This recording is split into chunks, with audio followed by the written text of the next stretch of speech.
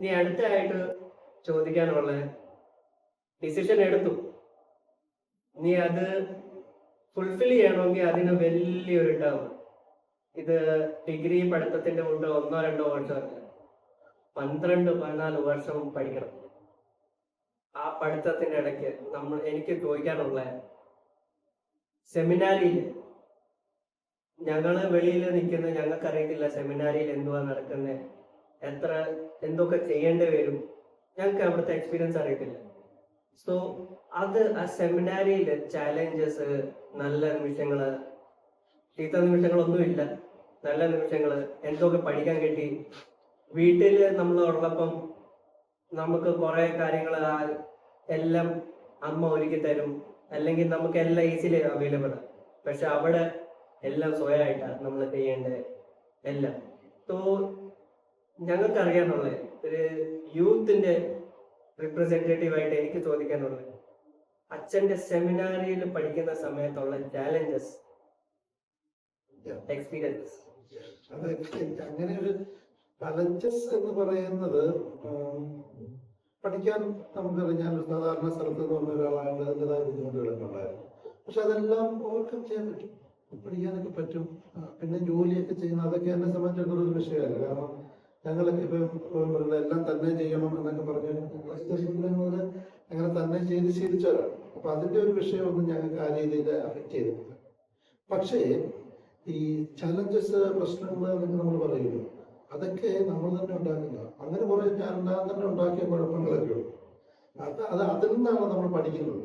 നമ്മുടെ ഈ പെർണമാസ് പിതാവിന്റെ കൂടെ ആയിരിക്കും പെർണമാസ് പിതാവ് എപ്പോഴും പറയുന്ന ഒരു കാര്യമാണ്, ഒന്ന് റിസ്ക് എടുക്കുക, കാര്യങ്ങൾ ചെയ്യും, അതിനകത്ത് തെറ്റുപറ്റട്ടെ, തെറ്റുപറ്റിയിട്ട് അതിനകത്ത് ലേൺ ചെയ്യും എന്ന് പറയുക. അങ്ങനെ പല കാര്യം മിഷനിലോട്ടൊക്കെ ഇറങ്ങുമ്പോഴൊക്കെ നമ്മളെ കാര്യത്തിൽ പിതാവ് വിശ്വാസത്തോടെ പറഞ്ഞു കൊടുക്കുക. അപ്പൊ അത് നമുക്ക് എല്ലായിടത്തും ഉണ്ട്, സെമിനാറിലുണ്ട്. നമ്മൾ റിസ്ക് എടുക്കും, വഴക്ക് പറയും, അല്ലെങ്കിൽ വഴക്ക് കേൾക്കും, നമ്മൾ തെറ്റ് ചെയ്യും.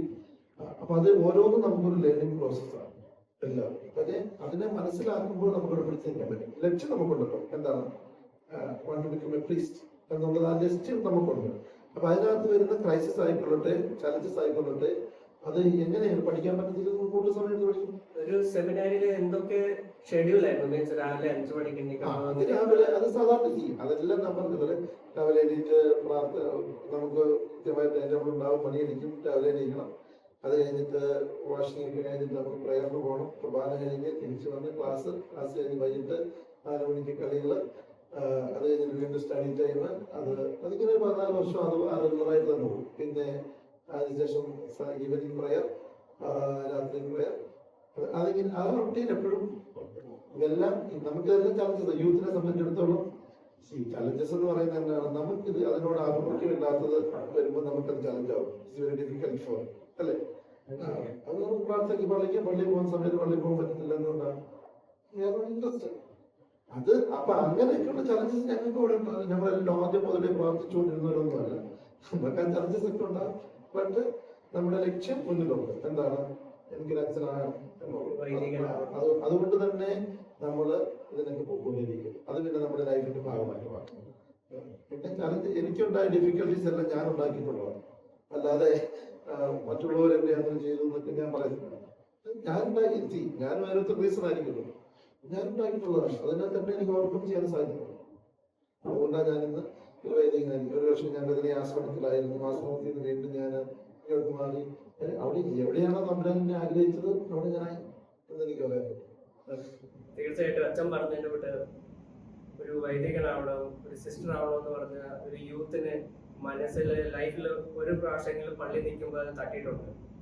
പക്ഷെ അത് പള്ളി മുറ്റത്തിൽ നിന്ന് വെളിയിലോട്ട് ഇറങ്ങുമ്പോൾ ആ ഡിസിഷൻ അങ്ങ് മായിരുന്നു. ചിലപ്പോൾ വീട്ടിൽ വരെ എത്തുമ്പോൾ അതൊന്നും ഓർമ്മയിൽ നിന്ന് അങ്ങ് പോകും.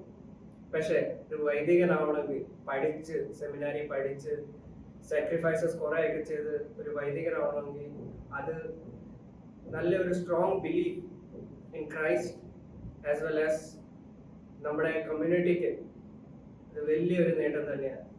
ഇന്ന് ദേവസ്യ അച്ഛനായാലും എല്ലാ അച്ഛന്മാരും അവര് സാക്രിഫൈസ്, ടെസ്റ്റ് മണി, അതൊരു യാഥാർത്ഥ്യമാണ് നമ്മുടെ യൂത്തിനും വേണ്ടി, എല്ലാവർക്കും വേണ്ടി എനിക്കൊരു പറയാനുള്ള ഒരു വാക്യം അച്ഛൻ ഇപ്പൊ ഷെയർ ചെയ്തിട്ടുണ്ട്.